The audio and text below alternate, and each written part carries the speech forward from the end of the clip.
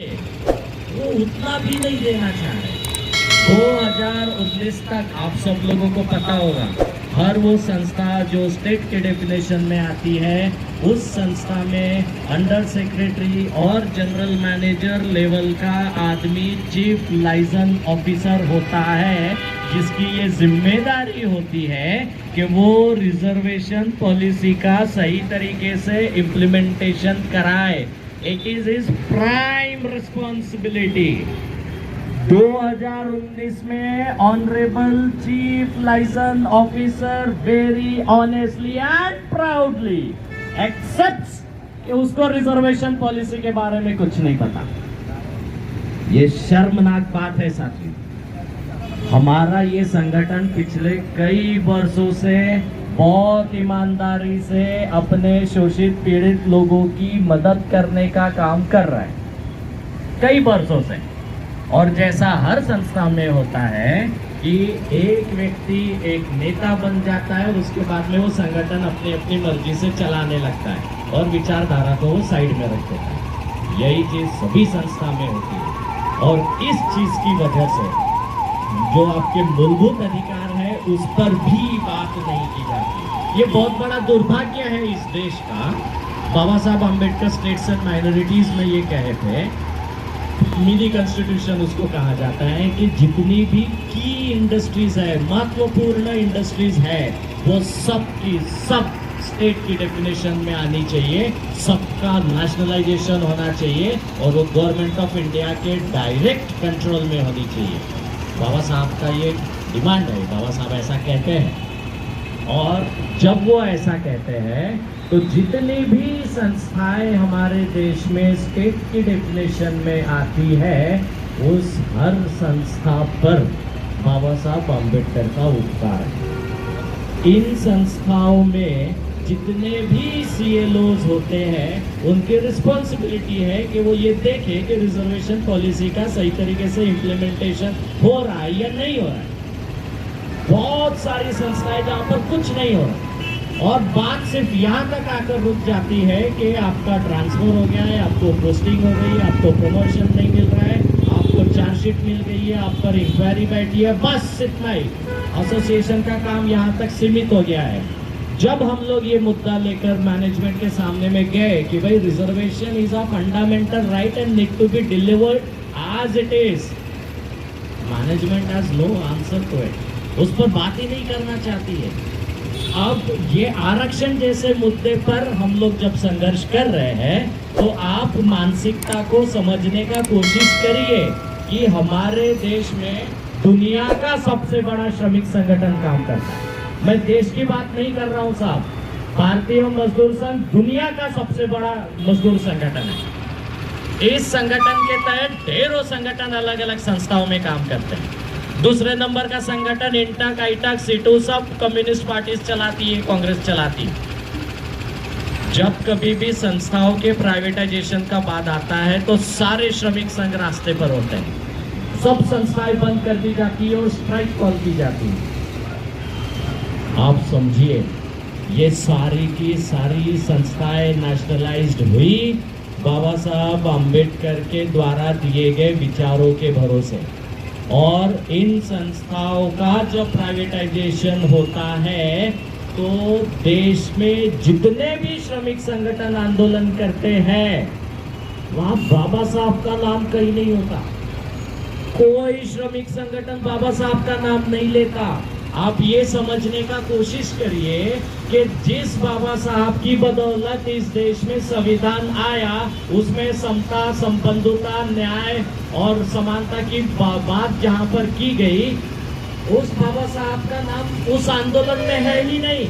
और इन सभी श्रमिक संघों को पैसा देकर बढ़ाने का काम आप और हम करते हैं कि हमारा कंट्रीब्यूशन ले लो, हमारा सब्सक्रिप्शन ले लो और हमारे अगेंस्ट में ही काम करना शुरू कर दो। ये हम लोगों की दुर्बल मानसिकता का प्रतीक है।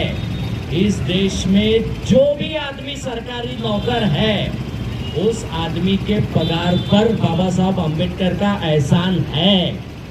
कोई व्यक्ति यहाँ पर खुद की काबिलियत में नहीं है, वो आरक्षण का भोगी है। हर तरह से।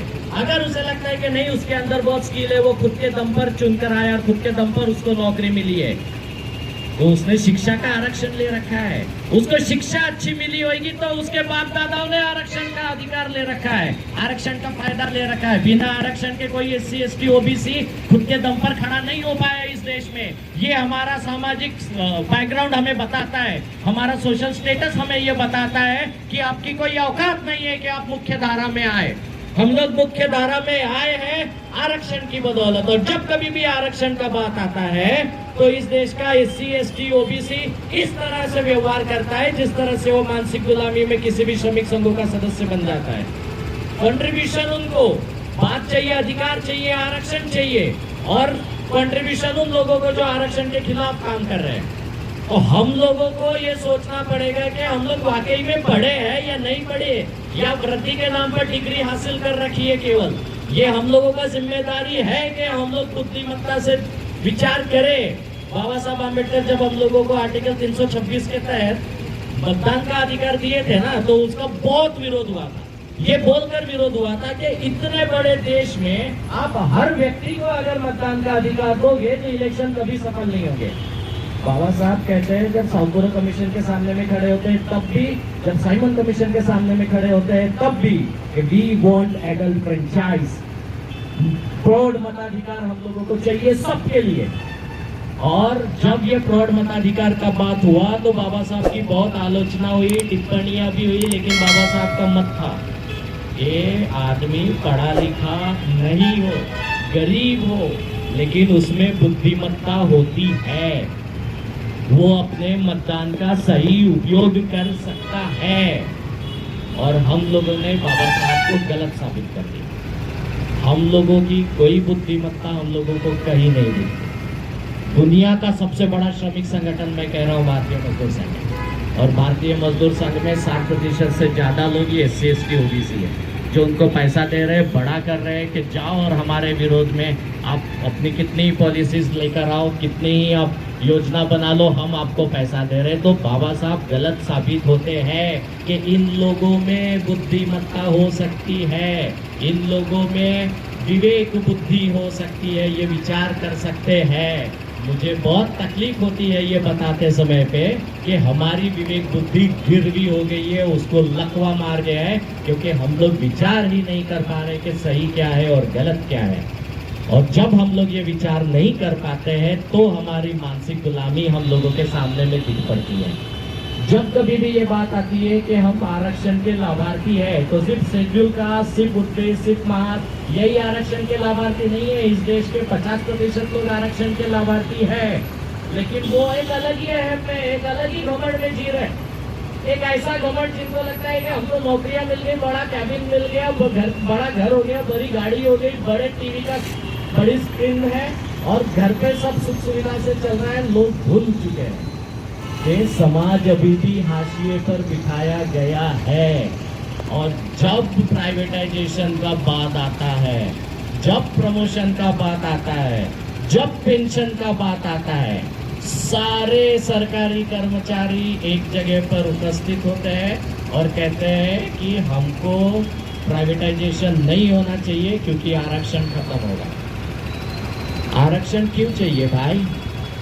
मतलब आपको आरक्षण क्यों चाहिए, क्या वजह है?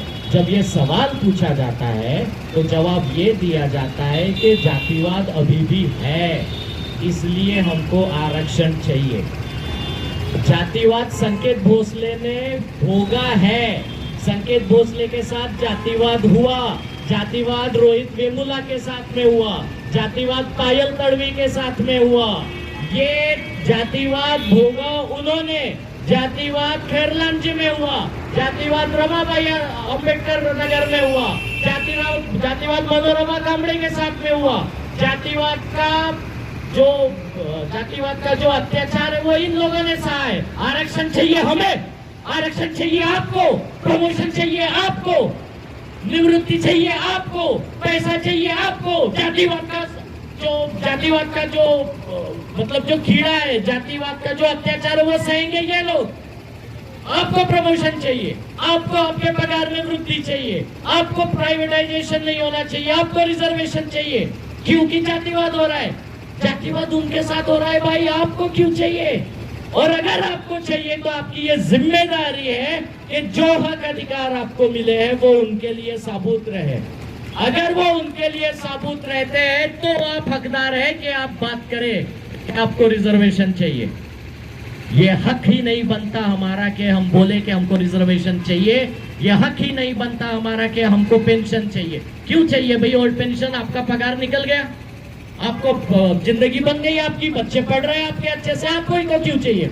जिनको चाहिए उनके लिए बात करें, और उनके लिए बात करने के लिए लोग तैयार नहीं है। ये आरक्षण की लड़ाई, आपको बैंक ऑफ महाराष्ट्र का बैनर जरूर दिख रहा है, लेकिन ये बैंक ऑफ महाराष्ट्र का मुद्दा नहीं है। ये हर उस व्यक्ति का मुद्दा है जो चाहता है कि सरकारी नौकरियों में आरक्षण बना रहे।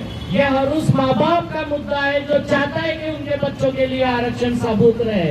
यहाँ हो क्या रहा है कि जो व्यक्ति खुद के मेरिट पर नौकरियों पर लगता है उसको भी रिजर्व कोटे में डाल दिया। हजारों वर्षों से हम लोगों ने अत्याचार से हम लोग माइनॉरिटी में रहे हैं। आज की तारीख में 50% SC ST OBC को आरक्षण मिलता है और उनका प्रतिनिधित्व वहीं पर सीमित हो रहा है। बाकी का 50% अनरिजर्व्ड है। ये सरकारें, ये प्रशासन ये व्यवस्था करना चाहती है कि वो 50% अनदेखा जो किसी की जिस पर मक्तेदारी नहीं है उसको वो अघोषित आरक्षण डिक्लेयर करना चाहते हैं। उन लोगों के लिए जो SC ST OBC के दायरे में नहीं आते। अभी 10% का जो आरक्षण EWS को लागू हुआ, अभी सुप्रीम कोर्ट ने उसको मान्य कर लिया, इसलिए हम लोग उसका विरोध नहीं कर सकते क्योंकि हम संविधान को मानते हैं। लेकिन बावजूद उसके जब वो आरक्षण दिया गया जो कि संवैधानिक मूल्यों के विरोध में था, बावजूद उसके सरकारें उसको स्थापित कर चुकी और वो 10% का आरक्षण निकल गया। अब जो 50% का फील्ड जो आप सब लोगों के लिए था वो खत्म हो गया। अब 40% बचा है और उस 40% में जब हम लोग कम्पीट करते हैं तो भी हमको रिजर्वेशन में के कोटा में डाल दिया जाता है। अनरिजर्व्ड सीट्स किसके लिए? वो सीट्स अनरिजर्व्ड है, अनारक्षित है। इसका मतलब कि वो खुले हैं सबके लिए। वो SC के लिए भी खुला है, वो ST के लिए भी खुला है, वो OBC के लिए भी खुला है। इस संस्था ने उसको रिजर्व कर दिया है अनारक्षित लोगों के लिए। और ये हमारे साथ किया गया सबसे बड़ा अत्याचार है और हम लोग अंधों की तरह जैसे चाहे वैसे, जैसे चलाया जाए वैसे हम लोग चल रहे हैं। हमारे यहाँ जितने भी श्रमिक संगठन काम कर रहे, बरसों से काम कर रहे हैं, अच्छा काम कर रहे, बहुत अच्छा काम कर रहे। आरक्षण पर कभी बात नहीं होता सर, कोई श्रमिक संघ कभी आरक्षण पर बात नहीं करता। जब भी प्राइवेटाइजेशन का मुद्दा है, आरक्षण का मुद्दा होता ही नहीं है। ये मुद्दा होता है कि लोगों को तकलीफ होगी, कॉमन पब्लिक को तकलीफ होगी, काम के घंटे बढ़ जाएंगे, एक्सप्लॉयटेशन बढ़ेगी, यही बात होती है। आरक्षण का बात नहीं होता। बावजूद उसके हम पैसा देते हैं कि मेरा सब्सक्रिप्शन लो और हमारे खिलाफ काम करो।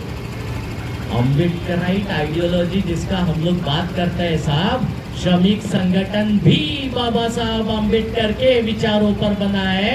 1942 में जब बाबा Saheb Ambedkar viceroy labour member बने हुए थे ब्रिटिश वाइसराय में, बाबा साहब ने ये अधिकार